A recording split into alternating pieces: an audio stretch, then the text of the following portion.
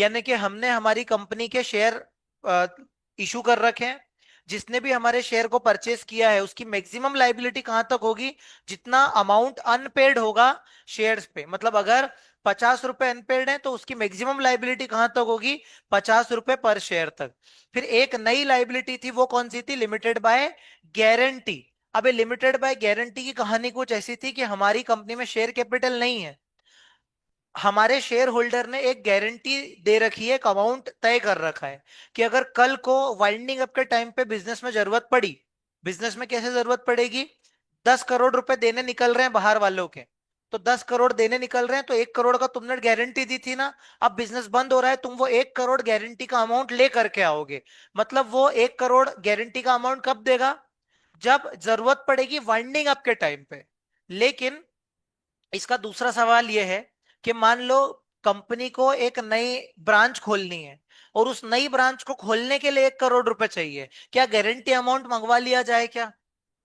क्या मैं क्या बोल रहा हूं कि कंपनी को एक ब्रांच खोलनी है बिजनेस चलाने के लिए, 1 करोड़ रुपए की जरूरत है, क्या ये गारंटी का अमाउंट शेयर होल्डर से मंगवा लूं क्या? क्यों नहीं मंगवाऊं? क्योंकि वो वाइंडिंग अप के टाइम पे मंगवाना है। ड्यूरिंग द लाइफ टाइम आप गारंटी का पैसा नहीं मंगा सकते। ये बहुत इंपॉर्टेंट चीज है समझने की कि शेयर्स अनपेड जो है वो वाला पैसा तो आप कभी भी मंगवा सकते हो लाइफ टाइम। जैसे आप फर्स्ट कॉल सेकंड कॉल ये आपको आगे पढ़ाया जाएगा, अभी आप इतना समझो कि शेयर्स का जो पैसा होता है वो कभी भी मंगा लिया जाता है, लेकिन गारंटी का पैसा सिर्फ और सिर्फ जब कंपनी बंद होती है तभी मंगवाया जाता है। ये क्लियर हुआ क्या सारे बच्चों को? गारंटी का पैसा कब मंगवाएंगे, वाइंडिंग अप के टाइम पे। और शेयर्स का अनपेड पैसा कब मंगवा सकते हैं, कभी भी, लाइफ टाइम भी और वाइंडिंग अप के टाइम पे भी। और लास्ट में होती है अनलिमिटेड लाइबिलिटी, मतलब कोई ऐसी कंपनी भी आप बना सकते हो जिसमें शेयर होल्डर की लाइबिलिटी कैसी होगी, अनलिमिटेड। मैंने आपको बोला था इसका जितना भी और डीप नॉलेज है वो सब आपको बिजनेस लॉ में जब कंपनीज एक्ट पढ़ोगे तो मिल जाएगा। तो आप अभी बिजनेस स्टडीज के पर्पज से इतना ध्यान रखो।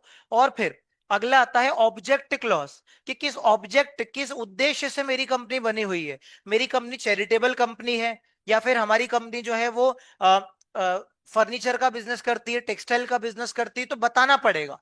अगर आप फर्नीचर का बिजनेस करते हो तो आप फिर कोई और बिजनेस नहीं कर सकते उस कंपनी के नाम पे, क्योंकि आपके ऑब्जेक्ट में पहले ही लिखा हुआ है कि आप कौन सा बिजनेस करते हो। क्या क्लियर हो रहा है क्या?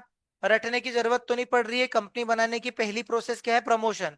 प्रमोशन में रजिस्ट्रेशन करवा रहे हैं तो कुछ डॉक्यूमेंट्स पढ़ रहे थे, जिसमें पहला डॉक्यूमेंट क्या आया, मेमोरेंडम। और मेमोरेंडम में क्या क्या लिखा हुआ आता है हम वो पढ़ रहे हैं। तो इसमें नाम, क्या काम करते हो, आपका रजिस्टर्ड ऑफिस कहां पर है, और आप जो है आपकी लाइबिलिटी कहां तक है आपके शेयर होल्डर की, वो सब पढ़ा। उसके बाद अगला क्लॉज आता है वो है कैपिटल क्लॉज। अब कैपिटल क्लॉज क्या होता है, तो इसमें पहला हमने पढ़ा था अथोराइज्ड कैपिटल। अथोराइज्ड का मतलब होता है अथॉरिटी, कि आपके ऊपर कितनी अथॉरिटी है। जैसे कि स्कूल में एक टीचर है, तो टीचर की अथॉरिटी उतनी है, वो प्रिंसिपल के नाम पे खुद थोड़ी सिग्नेचर कर सकता है। अपन उसको क्या बोलेंगे, तुम्हारी उतनी अथॉरिटी नहीं है, तुमने प्रिंसिपल के नाम पे कैसे सिग्नेचर कर दी है। इसीलिए अथॉरिटी का मतलब होता है कि तुम्हारा, तुम्हारी कुल मिला के तुम्हारी लेवल कितना है, मतलब कितना ज्यादा तुम मैक्सिमम अपनी अथॉरिटी का यूज कर सकते हो। तो अथोराइज कैपिटल का मतलब क्या होता है, मैक्सिमम अमाउंट जो आप कैपिटल के फॉर्म में इशू कर सकते हो। जैसे आप शेयर्स इशू कर रहे हो, तो हमने एक अथोराइज कैपिटल का अमाउंट डिसाइड कर दिया कि हमारी अथोराइज कैपिटल कितनी है, 10 करोड़ रुपीस। तो हमारी शेयर कैपिटल में जितने भी शेयर आप इशू करोगे वो 10 करोड़ से ऊपर के नहीं हो सकते। आप 9 करोड़ की इशू करो चल जाएगा, 9.5 की चल जाएगी, लेकिन 10 करोड़ की नहीं चलेगी, क्योंकि अथोराइज्ड कितनी है, 10 करोड़। अगर आपको इससे ज्यादा शेयर इशू करने हैं तो आपको क्या करना पड़ेगा, पहले ये मेमोरेंडम को चेंज करवाना पड़ेगा। मेमोरेंडम को चेंज करवा के यहाँ पर जितना भी आपको चेंज करना है, मान लो आपको अथोराइज कैपिटल 20 करोड़ रखनी है, तो पहले मेमोरेंडम में लिखो 20 करोड़, उससे के बाद आप इशू कर सकते हो। बिना मेमोरेंडम को चेंज किए आप उससे ज्यादा शेयर कैपिटल इशू नहीं कर सकते। समझ में आया क्या? इसको बोलते हैं अथोराइज्ड कैपिटल। पहले यहां तक एक बार कुछ भी डाउट हो तो पूछ लो। कैपिटल क्लॉज जिसमें पहली कैपिटल क्या है, अथोराइज्ड कैपिटल। अथोराइज मतलब कितनी ज्यादा मैक्सिमम शेयर कैपिटल हम इशू कर सकते हैं। उसके बाद अगली कैपिटल आती है जिसको अपन बोलते हैं, एक मिनट, पेड अप कैपिटल। एक तो अथोराइज्ड कैपिटल है, एक होती है पेड अप शेयर कैपिटल। उसके आगे ही आप लिखते चले जाओगे। मैं आपको समझा रहा हूँ क्या लिखा हुआ है। Paid up share capital.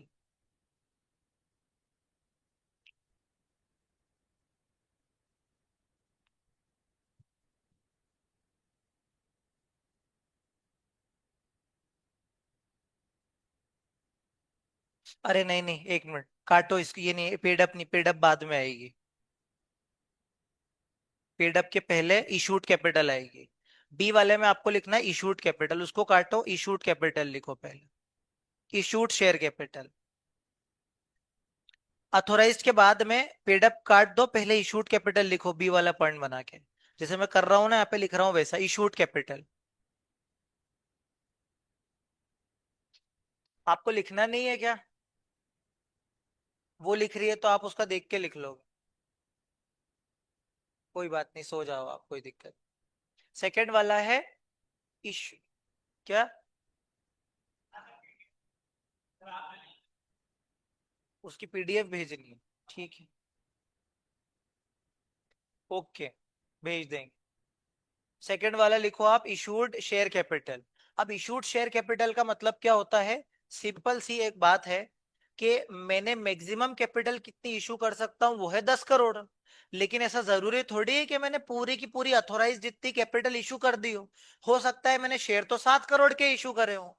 तो ये होता है actual actual amount of capital issued as share capital. Actual amount of capital issued as share capital. पहले लिख लो, फिर बताता हूं क्या बोलना चाह रहा हूं मैं। देखो होता क्या है रियल लाइफ में, जब आप किसी कंपनी की बैलेंस शीट देखोगे, तो कंपनी की बैलेंस शीट, क्या आपको पता है क्या, कंपनी की बैलेंस शीट कभी भी टी शेप की नहीं बनती है, स्टेटमेंट फॉर्म में बनती है। जैसे कि कंपनी की, आपने अभी बैलेंस शीट का फॉर्मेट ऐसा देखा होगा ना, ऐसा। तो ऐसा नहीं बनता है रियल लाइफ में, कंपनी का फॉर्मेट ऐसा नहीं बनता है, स्टेटमेंट फॉर्म में बनता है।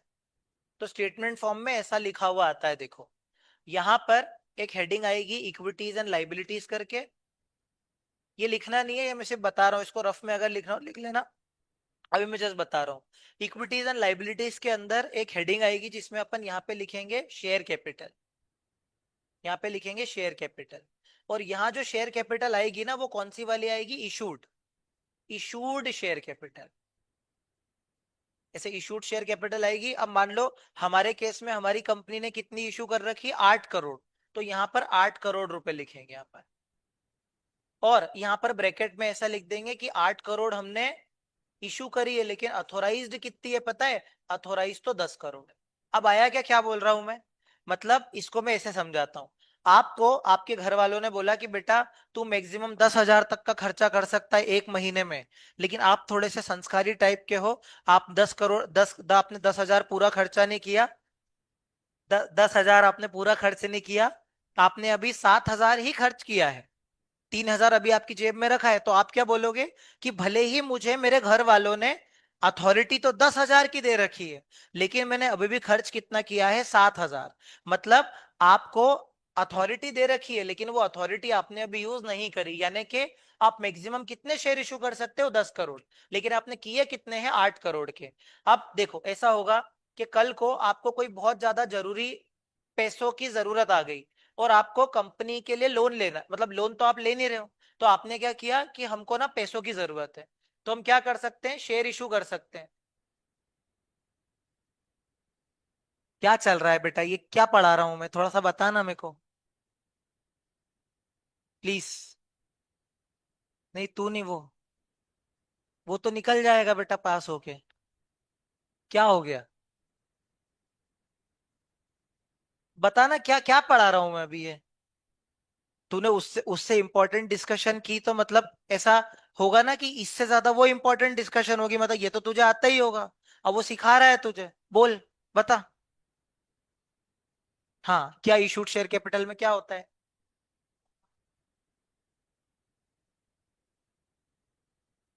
बेटा देख ऐसा है, सीए बनने आया है या नहीं बनने आया, टाइम पास करने आया है, ऐसे लक्षण से सीए नहीं बना जाता। मत कर, इससे तो छोड़ दे।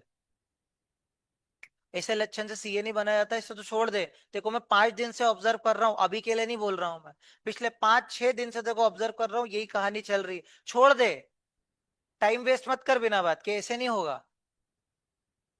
चलो, क्या बोल रहा हूं मैं। इक्विटीज एंड लाइबिलिटीज में जैसे यहाँ पर शेयर कैपिटल लिखा हुआ है 8 करोड़, तो यहाँ पर अथोराइज मतलब मैं कर कितने सकता हूँ, इशू 10 करोड़। तो कल को अगर हमको पैसों की जरूरत पड़ गई और मैंने बोला कि नहीं यार मैं एक काम करता हूँ शेयर्स इशू कर लेता हूँ, तो मैं मैक्सिमम कितने शेयर और इशू कर पाऊंगा, 2 करोड़ रुपए के। सिर्फ 2 करोड़ के शेयर और इशू कर पाएंगे। अगर मुझे पैसों की जरूरत है 5 करोड़, तो शेयर से तो सिर्फ 2 करोड़ ही आएगा, बाकी 3 करोड़ की व्यवस्था तुमको कहीं और से करनी पड़ेगी। अगर तुमको अथोराइज बदलनी है तो पहले मेमोरेंडम को बदलो, उसके बाद जाकर के तुम क्या कर सकते हो, ज्यादा कैपिटल इशू कर सकते हो। समझ में आया क्या। इसीलिए इसको अपन क्या बोलते हैं, अथोराइज्ड। अथोराइज मतलब कितना मैक्सिमम शेयर में इशू कर सकता हूं, और इशूड मैंने एक्चुअल में कितना शेयर इशू कर रखा है। समझ में आया क्या। फिर इशूड के बाद समझना, इशूड के बाद अगली जो कैपिटल होती है, उस अगली कैपिटल को बोला जाता है पेड अप कैपिटल। अब लिखो paid up capital, paid up share capital. Paid up share capital, और इसके अंदर अपन लिखेंगे amount, amount paid, amount paid against the shares subscribed, subscribed by share holders of issued share capital. पहले लिख लो फिर बताता हूं। ये शायद आपको भी समझ में आ रहा होगा कि अगर मेरा एक शेयर है, जैसे इसका एग्जांपल अपन ऐसा लिख सकते हैं कि हमने कितने शेयर इशू करे थे, 8 करोड़ रुपए के, मतलब 8 करोड़ के शेयर इशू करे थे। तो अगर मैं समझू कि मेरा एक शेयर 100 रुपए का है, तो मैंने कितने शेयर इशू करे होंगे, 8 लाख शेयर। ये आप लोग समझते हो, 8 लाख शेयर इशू करे, एक शेयर 100 रुपए का है, तो ऐसे करके 8 करोड़ रुपए आ गए। अब मेरी एक बात समझो, ऐसा जरूरी थोड़ी है कि सबने 100 रुपए के 100 रुपए पूरे दे दिए हों, क्योंकि लोग पूरे पैसे एक साथ नहीं देते हैं।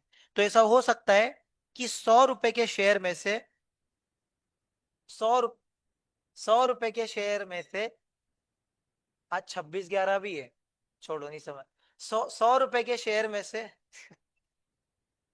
100 रुपए के शेयर में से अगर लोगों ने 50 रुपए ही दे रखे, मतलब कि, हाँ बेटा कुछ नहीं हुआ, इधर देखो, 100 रुपए के शेयर में से अगर लोगों ने 50 रुपए ही दे रखे, यानी कि मेरी पेड अप शेयर कैपिटल तो कितनी है, 8 करोड़ की। सॉरी, मेरी इशूड शेयर कैपिटल कितनी है, 8 करोड़ की। लेकिन मेरी पेड अप कैपिटल कितनी है अभी, 4 करोड़ की। ये चीज समझ में आई क्या, मैंने क्या बोला अभी आपको। मैंने ये बोला कि लोगों ने पूरे के पूरे 100 रुपए नहीं दिए हैं।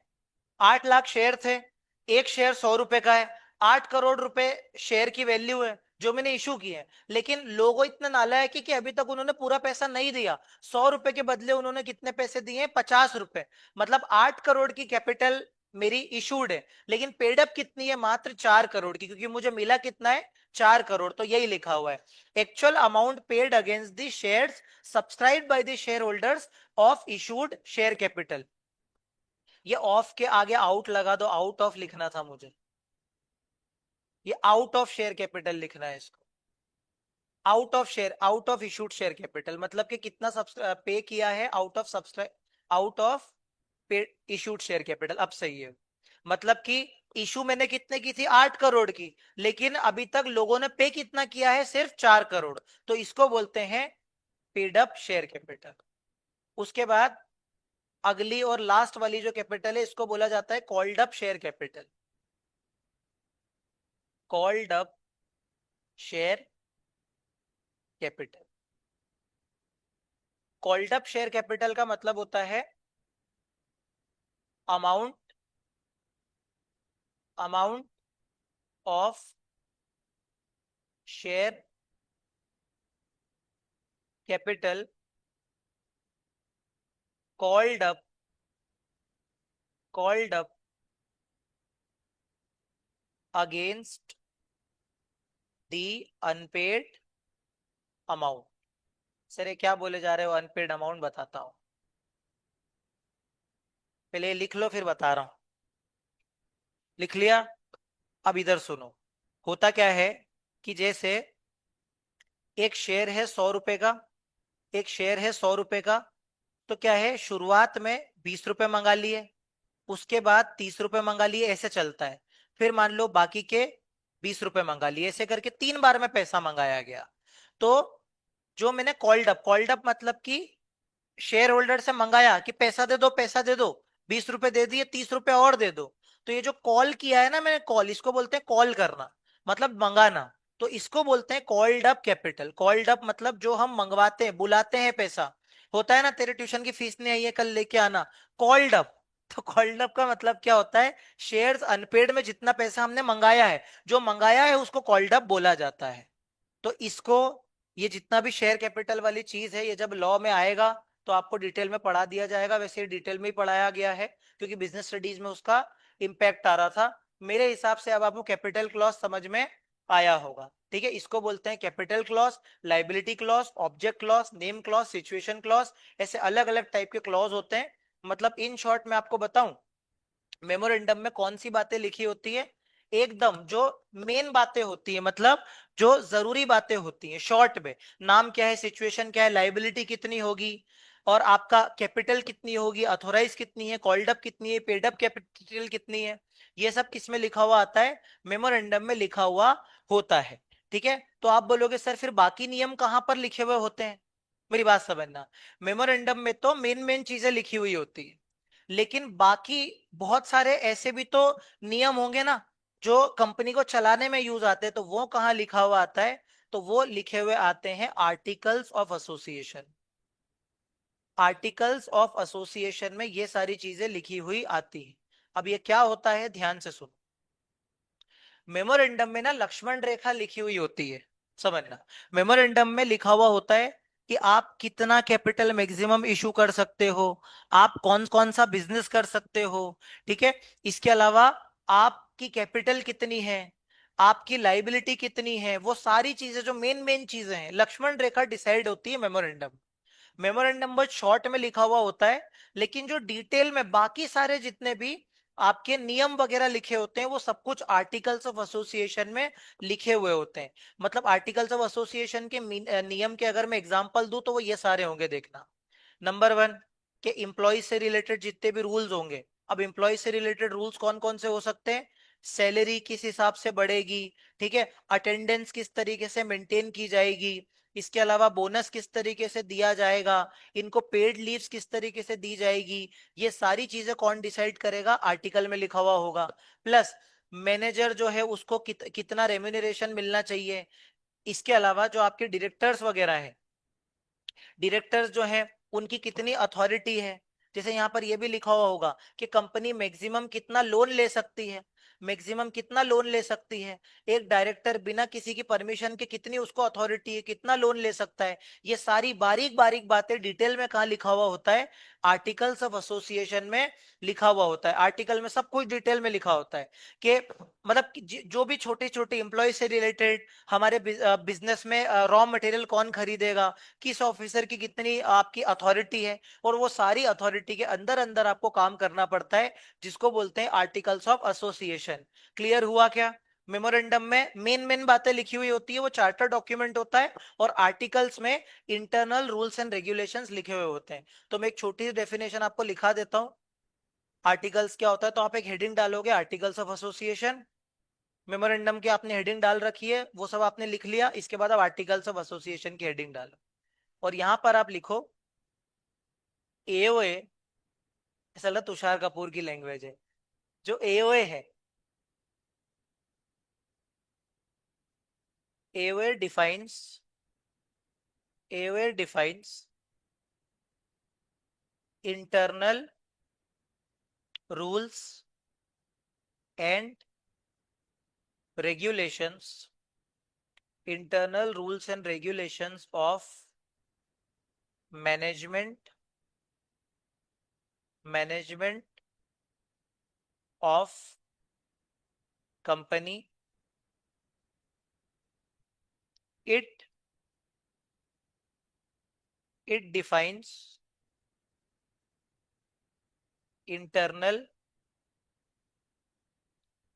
Internal bylaws internal bylaws, procedures, policies for overall governance of company. जितना लिखाया है उतना आप यहां से देख कर लिख लें। मतलब कुल मिला के आर्टिकल्स में क्या लिखा हुआ होता है, सारा प्रोसीजर। जैसे कि अगर हमको किसी एम्प्लॉय को हायर करना है तो पहले इंटरव्यू होगा। क्या आप क्या बात कर रहे हो, वो आके माइक पे ही बता दो ना।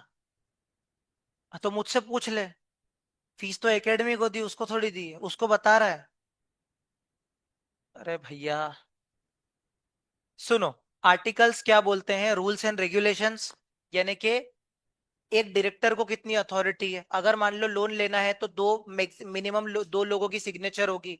वो दोनों लोग कौन सी अथॉरिटी के होना चाहिए, ये जितना भी हमारे अंदर जो भी रूल्स एंड रेगुलेशन बनाते हैं, वो सब कुछ किसमें लिखा जाता है, आर्टिकल्स में लिखा हुआ जाता है। तो आप कितने ही न्यूमरस एग्जांपल बना सकते हो। ठीक है, बोनस से रिलेटेड कि यार हमारे कंपनी के अंदर कोई भी भूख हड़ताल वगैरह नहीं हो सकती है। किसी भी तरीके से अगर कोई इंप्लॉय जो है वो बिना बताए एक हफ्ते की छुट्टी बना देगा तो अपने आप उसको हम रिजाइन करवा देंगे। ये जितनी भी चीजें हैं वो सब किस में लिखी हुई होती है, आर्टिकल्स ऑफ एसोसिएशन में लिखी हुई होती है। इसलिए मैंने क्या बोला, internal rules and regulations define करता है, internal bylaws, procedures and policies, सब कुछ डिटेल में लिखा हुआ होता है। तो इन शॉर्ट मेमोरेंडम कैसा होता है, शॉर्ट में होता है, उसमें सिर्फ मेन मेन चीजें लिखी हुई होती है, कॉन्स्टिट्यूशन लिखा हुआ होता है, लेकिन आर्टिकल में सारी चीजें डिटेल्स में रूल्स के सहित लिखी हुई होती हैं। क्लियर हुआ क्या? ये सब बताया इसीलिए बताया क्योंकि ये जरूरी था। अब अपन पढ़ेंगे तो आपको पूरा क्लियर होगा।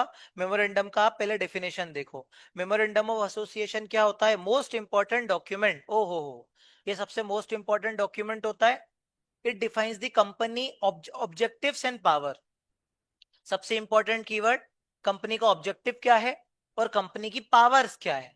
क्योंकि मेमोरेंडम में सब लिखा होता है, कितनी ऑथोराइज कैपिटल है, आपकी लाइबिलिटी कितनी है, कंपनी की क्या क्या मेन मेन पावर्स है, सब कुछ अपन किस में लिखते हैं, कम मेमोरेंडम में लिखते हैं। It sets the scope for its activities. देखो ये क्या है, एक बाउंड्री लाइन है। जैसे होता है ना कि क्रिकेट में अगर आप कितना ही लंबा शॉट मारो वो छक्का ही होगा, 8 रन तो होंगे नहीं। है थोड़ी कि वो, अरे कहने का मतलब है अगर बहुत लंबा शॉट मारा तो 6 की जगह 8 रन तो देगा नहीं। कुछ रूल्स होते हैं ना कि उन रूल्स के अगेंस्ट आप नहीं जा सकते। इसमें इतने हंसने की क्या बात है यार। अगर मान लो आप रन भाग रहे हो और आपने क्रीज पर बैट टच नहीं करके दूसरा रन भाग गए तो वो शॉर्ट रन माना जाएगा। तो ये सब रूल्स है ना, तो रूल्स को कोई चेंज थोड़ी कर सकता है। ऐसा थोड़ी है कि बॉलर जो है वो मतलब बॉल डालने है, हाँ मतलब अंडर आर्म बॉल डाल दे, अगर है तो ओवर आर्म ही डालनी पड़ेगी। इन सबको बोलते हैं रूल्स। अब इन रूल्स को आप चेंज थोड़ी कर सकते हो। इसीलिए आउटलाइन है, ये आपकी स्कोप बताता है। जैसे कंपनी के मेमोरेंडम में लिखा हुआ है कि कंपनी चैरिटेबल ऑर्गेनाइजेशन है, तो फिर कंपनी बिजनेस नहीं कर सकती है, वो प्रॉफिट नहीं कमा सकती, क्योंकि बोला गया है कि वो तो एक charitable company. Company can not legally do anything beyond what it return it it's memorandum. मतलब कि एक बार हमने बोल दिया तो बोल दिया, भाई ने बोला करने का तो करने का। अगर उसने बोल दिया मेमोरेंडम में कि भाई यहीं तक लिमिट है, तो अब कोई भी 3-5 नहीं करेगा, आपको मानना पड़ेगा। क्लियर हुआ क्या? तो कीवर्ड कीवर्ड याद रखें, जीवन में खुश रहेंगे आप। ऑब्जेक्टिव्स एंड पावर्स डिफाइन होते हैं, इसके अलावा scope of its activity define होती है, जिसके बाहर आप नहीं जा सकते हो। डेफिनेशन अगर आप कंपनीज एक्ट में बोलो तो बहुत ही फालतू डेफिनेशन दे रखी है। Memorandum means the memorandum of association company originally framed and altered from time to time. बस इतना ही लिखा हुआ है। इसका क्या मतलब है कि आपने एक बार मेमोरेंडम बना दिया और कल को आप चेंज कर दो तो आप चेंज कैसे कर सकते हो? अभी मैंने एक एग्जांपल दिया कि अगर ऑथोराइज कैपिटल को चेंज करना है तो चेंज भी तो कर सकते हैं ना, तो उसको बोलते हैं ऑल्टर करना। तो मेमोरेंडम में कंपनीज एक्ट में 2 सबसेक्शन 56 में क्या डेफिनेशन दे रखी है? Memorandum is a memorandum of association which which is framed originally और के altered from time to time, मतलब जो ओरिजिनली फ्रेम हुआ वो, और जो टाइम टू टाइम आप ऑल्टर कर रहे हो वो। क्लियर बेटा, क्लियर है ना? जीवन में अपने को एग्जाम भी देनी है तो सारे कीवर्ड दिमाग में रखने चाहिए। Charter document, most important document, constitution of a company, scope and power, scope define करता है और इसके अलावा आपका जो ऑब्जेक्टिव डिफाइन करता है, और उसके आगे आप नहीं जा सकते। फिर ये 256 याद रख लेना, 56 दुकान से 56 याद आ जाएगा। 2 सबसेक्शन 36 जिसमें बोला गया है memorandum is a memorandum of association originally framed, पहली बार बनाया गया था, and as altered from time to time. Clear? हाँ, फाड़ दो। उसके बाद पर्पस। पर्पस क्या है? पर्पस देखो, कॉन्स्टिट्यूशन और चार्टर आ गया ना जीवन में। चार्टर और कॉन्स्टिट्यूशन ये दो चीजें लिख के आनी, कॉन्स्टिट्यूशन है और चार्टर डॉक्यूमेंट है। इट डिफाइंस द रिलेशनशिप, ओहो, it defines the relationship between the company and its members. ये रिलेशनशिप को डिफाइन कर रहा है, किसके बीच में? कंपनी और मेंबर्स के बीच में जो रिलेशनशिप है। और ये लिमिट, लिमिट सेट करना बहुत ज्यादा जरूरी है जिंदगी में, इसीलिए मेमोरेंडम लिमिट सेट कर रहा है। और लिमिट सेट करने के साथ ही साथ वो रिलेशनशिप को डिफाइन कर रहा है। ये तो आपको याद ही हो जाएगा कि मेमोरेंडम कंपनी के बीच में क्या है, शेयर होल्डर और कंपनी के बीच में क्या रिश्ता है और क्या लिमिट है। इस लिमिट के आगे आप नहीं जा सकते हो, कंपनी और शेयर होल्डर्स, ठीक है? अब मेमोरेंडम के कंटेंट्स क्या है सर? ये तो पहले ही बता दिया। नेम क्लॉज, नेम क्लॉज में क्या है? नेम ऑफ द कंपनी लिखा हुआ आता है। कौन सा नेम? जो आरओसी के साथ रजिस्टर है, आरओ नहीं, आरओसी के साथ रजिस्टर्ड है। और देखो ये नाम कैसा नहीं होना चाहिए? वही चीज है, वही चीज है सर। आइडेंटिकल नहीं होना चाहिए, सिमिलर नहीं होना चाहिए, मिसलीडिंग नहीं होना चाहिए, लॉ के अगेंस्ट नहीं होना चाहिए। आइडेंटिकल नहीं होना चाहिए, मिसलीडिंग नहीं होना चाहिए, सिमिलर नहीं होना चाहिए। ये हो गया, है ना? और रजिस्टर्ड ऑफिस, तो ये रजिस्टर्ड ऑफिस क्लॉज को आप इधर लिख लो सिचुएशन क्लॉज। इसको लॉ की लैंग्वेज में सिचुएशन क्लॉज कहा जाता है।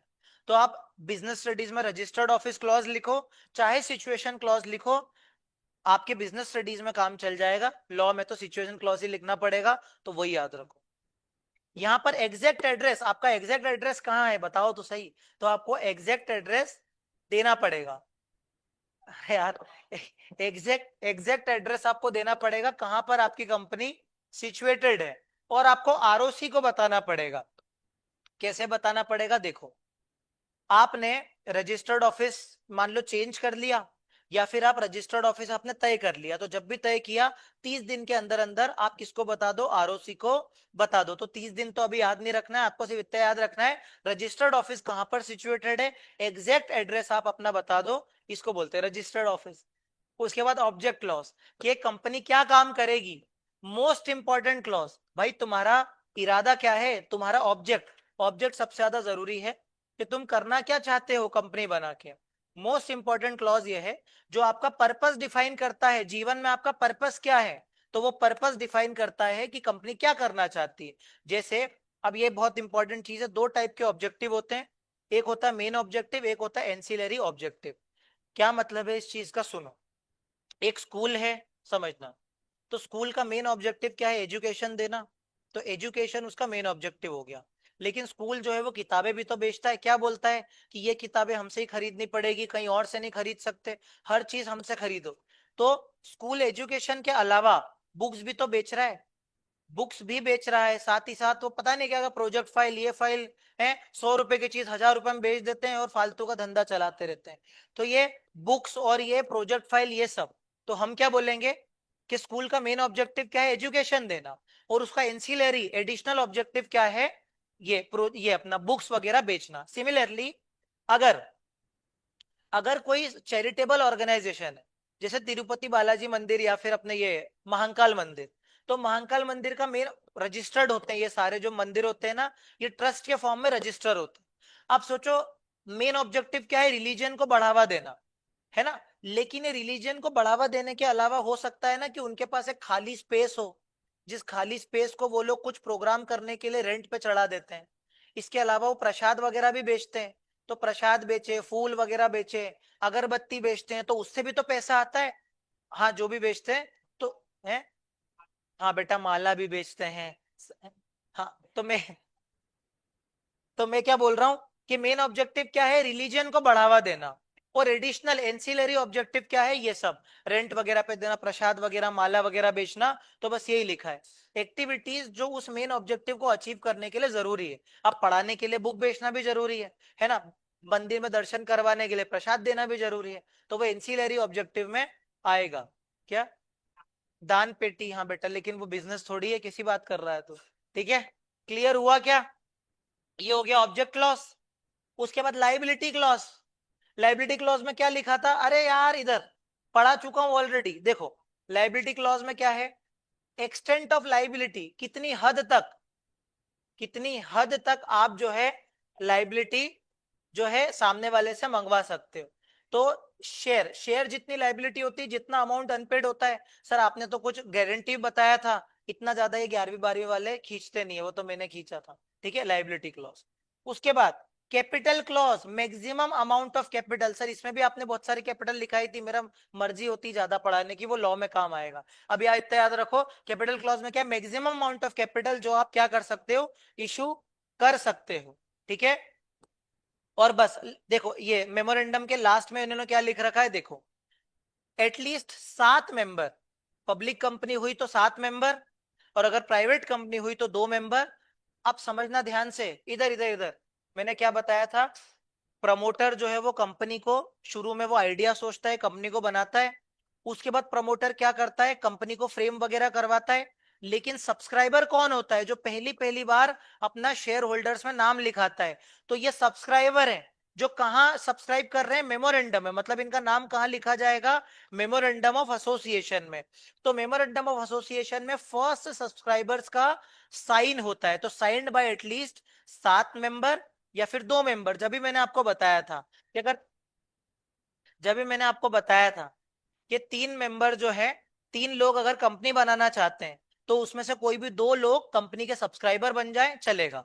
कोई भी 2 लोग या फिर कोई भी 7 लोग पब्लिक कंपनी के केस में मेमोरेंडम ऑफ आर्टिकल्स को साइन कर सकते हैं। क्लियर? उसके बाद आर्टिकल्स ऑफ एसोसिएशन। आर्टिक क्या, आर्टिकल्स ऑफ एसोसिएशन क्या होता है, पहले रीड करो, अभी मैंने आपको बताया। आर्टिकल्स ऑफ एसोसिएशन में रूल्स एंड रेगुलेशन लिखते हैं। सर आपने भी तो यही लिखा है, हाँ। इंटरनल मैनेजमेंट के रूल्स एंड रेगुलेशन लिखे हुए होते हैं। डेफिनेशन क्या है, article means articles of association of a company originally framed and as altered from time to time. Time पास बनाने के लिए डेफिनेशन बनाते रहते हैं। ठीक है, पर्पस है, नहीं कंपनीज एक्ट ने बनाई। ये पर्पस क्या है, इधर देखो। अच्छा बताओ, इसमें से बड़ा कौन है, मेमोरेंडम के आर्टिकल?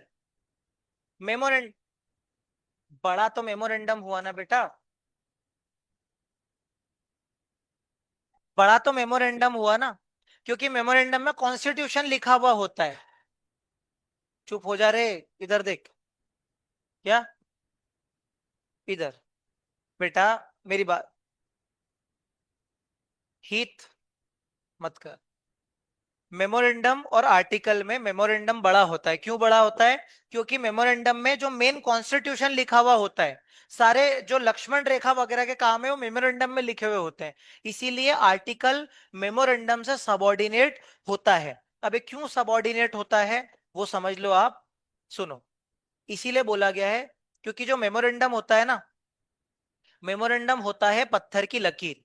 मेमोरेंडम होता है पत्थर की लकीर, मतलब कि अगर आपको मेमोरेंडम को चेंज करना है तो फिर बहुत लंबी प्रोसीजर करनी पड़ेगी। अब सुनो क्या होता है, अगर कल को, जितना मैं बता रहा हूं उतना याद रखो, बाकी आपको कंपनी लॉ में क्लियर होगी ये चीज। मेमोरेंडम जो होता है ना, अगर आपने इसका उल्लंघन कर दिया, जैसे वो बोलता है ना कि आप अपने नियमों का उल्लंघन नहीं कर सकते सभी घर वाले, तो मेमोरेंडम क्या कर रहा है, उल्लंघन कर, अगर आपने किस इसका आपने पालन नहीं किया, मतलब मेमोरेंडम को फॉलो नहीं किया, जिसको प्यार से अल्ट्रा वायर्स बोला जाता है, वो भी छोड़ो, आपको इतना ध्यान रखना है, अगर मेमोरेंडम को फॉलो नहीं किया, यानी कि यानी कि जो अथोराइज्ड कैपिटल थी, एग्जाम्पल के तौर पे जो अथोराइज्ड कैपिटल थी, वो ऑथोराइज कैपिटल 10 करोड़ थी, लेकिन आपने शेयर इशू कर दिए 11 करोड़ के, तो ये आपने मेमोरेंडम का ध्यान नहीं रखा। तो अब ये जो आपने जो चीज करी है ना, ये इलीगल मानी जाएगी। इसको आप ठीक नहीं करवा सकते। मतलब ये नहीं है, इसका ये मतलब नहीं है कि आप इसको जो है वो बाद में जाकर के ठीक करवा दो या किसी से अप्रूव करवा लो। किसी से कुछ अप्रूव नहीं होगा। ये पूरा ट्रांजैक्शन जो है वो व्यर्थ माना जाएगा, इलीगल वॉइड माना जाएगा। कुल मिला के मतलब ये है कि अगर मेमोरेंडम का आपने कुछ फॉलो नहीं किया या मेमोरेंडम के अगेंस्ट जाके कोई काम कर लिया, तो उसको कोई भी इसको वापस रेटिफाई या फिर इसको कंफर्म नहीं कर सकता। जैसे उसे होता है ना कि मैं क्या शेयर होल्डर से पूछ करके इसको रेटिफाई करवा लूं क्या, तो वो चीज नहीं होती है। लेकिन अगर ये आर्टिकल्स का अल्ट्रा वायर है, जैसे कि समझना, आर्टिकल्स ऑफ एसोसिएशन में लिखा हुआ था कि एक डायरेक्टर जो है वो अपनी पर्सनल कैपेसिटी में 5 करोड़ से ऊपर का लोन नहीं ले सकता। लेकिन डायरेक्टर ने इमरजेंसी कैपेसिटी पे 6 करोड़ का लोन ले लिया, तो ये गलत किया। लेकिन एक इसका ये मतलब ये एओए को इसने फॉलो नहीं किया। तो अगर चाहे तो सारे शेयर होल्डर मिल करके, मेरी बात समझना, सारे शेयर होल्डर मिल करके इस पर्टिकुलर लोन को अगर मंजूरी दे दें, मतलब बोले कोई बात नहीं, डायरेक्टर ने बिजनेस के लिए ही लिया है ना, चलो हम इसको हाँ भर देते हैं। तो अगर शेयर होल्डर्स इसको हाँ कर देते हैं, चलो कोई बात नहीं, तो फिर इसको आप वैलिड मान सकते हो। इसका ये मतलब है कि कल को अगर आपने आर्टिकल की बात नहीं मानी, तो वो सारे शेयर होल्डर मिल करके उसको क्या कर सकते हैं, रेटिफाई। रेटिफाई का मतलब कंफर्म। तो आर्टिकल को अगर आप फॉलो नहीं करोगे, आर्टिकल्स के अगेंस्ट जाके कोई चीज करोगे, तो वो तो रेटिफाई हो सकता है। लेकिन मेमोरेंडम के अगेंस्ट अगर आप कुछ चीज करोगे ना, तो किसी में ताकत नहीं है, ना शेयर होल्डर ना कोई, कि इस चीज को कंफर्म कर दे। अब मैं इस तरीके से इसलिए बोल रहा हूँ क्योंकि ना ये अल्ट्रा वायर्स नाम का एक प्रोविजन होता है, वो पूरा कंपनी लॉ का पार्ट है, तो वो तो मैं नहीं पढ़ा रहा हूँ। आपको बस इतना ध्यान रखना है कि आर्टिकल क्यों सबऑर्डिनेट है, क्योंकि मेमोरेंडम की बात नहीं सुनी तो पूरा ट्रांजेक्शन ही क्या हो जाता है, वॉइड। उसको कोई ठीक नहीं कर सकता। जैसे जीवन में कुछ गलतियां ऐसी होती है जिनको ठीक नहीं किया जा सकता। जैसे शादी कर ली, अब शादी कैसे ठीक करोगे, ठीक है। लेकिन कुछ ऐसी गलतियां होती जिसको आप, एल्यूमिनी तो देना पड़ेगी ना। छोड़ो, समझ में आया क्या। मेमोरेंडम का जो, अगर आपने मेमोरेंडम की बात नहीं मानी, तो उसको कोई भी रेटिफाई नहीं करा सकता। लेकिन आर्टिकल्स की बात नहीं मानी तो उसको शेयर होल्डर रेटिफाई करा सकते हैं। तो इसीलिए यहाँ पे जो चीज लिखी है ना, कि आर्टिकल्स किसके सबऑर्डिनेट होते हैं, आर्टिकल्स मेमोरेंडम के सबऑर्डिनेट होते हैं। और अगर कोई भी कंफ्लिक्ट वगैरह आता है तो मेमोरेंडम जीतता है, मतलब मेमोरेंडम बड़ा भाई है, आर्टिकल छोटा भाई है। कल को अगर कुछ भी कॉन्फ्लिक्ट होता है तो फिर मेमोरेंडम जीतेगा, मेमोरेंडम जो बोलता है उसकी बात मानी जाएगी। और ये हेल्प करता है स्मूथ फंक्शनिंग ऑफ बिजनेस में। बहुत बहुत धन्यवाद, कल मिलते हैं। Thank you so much.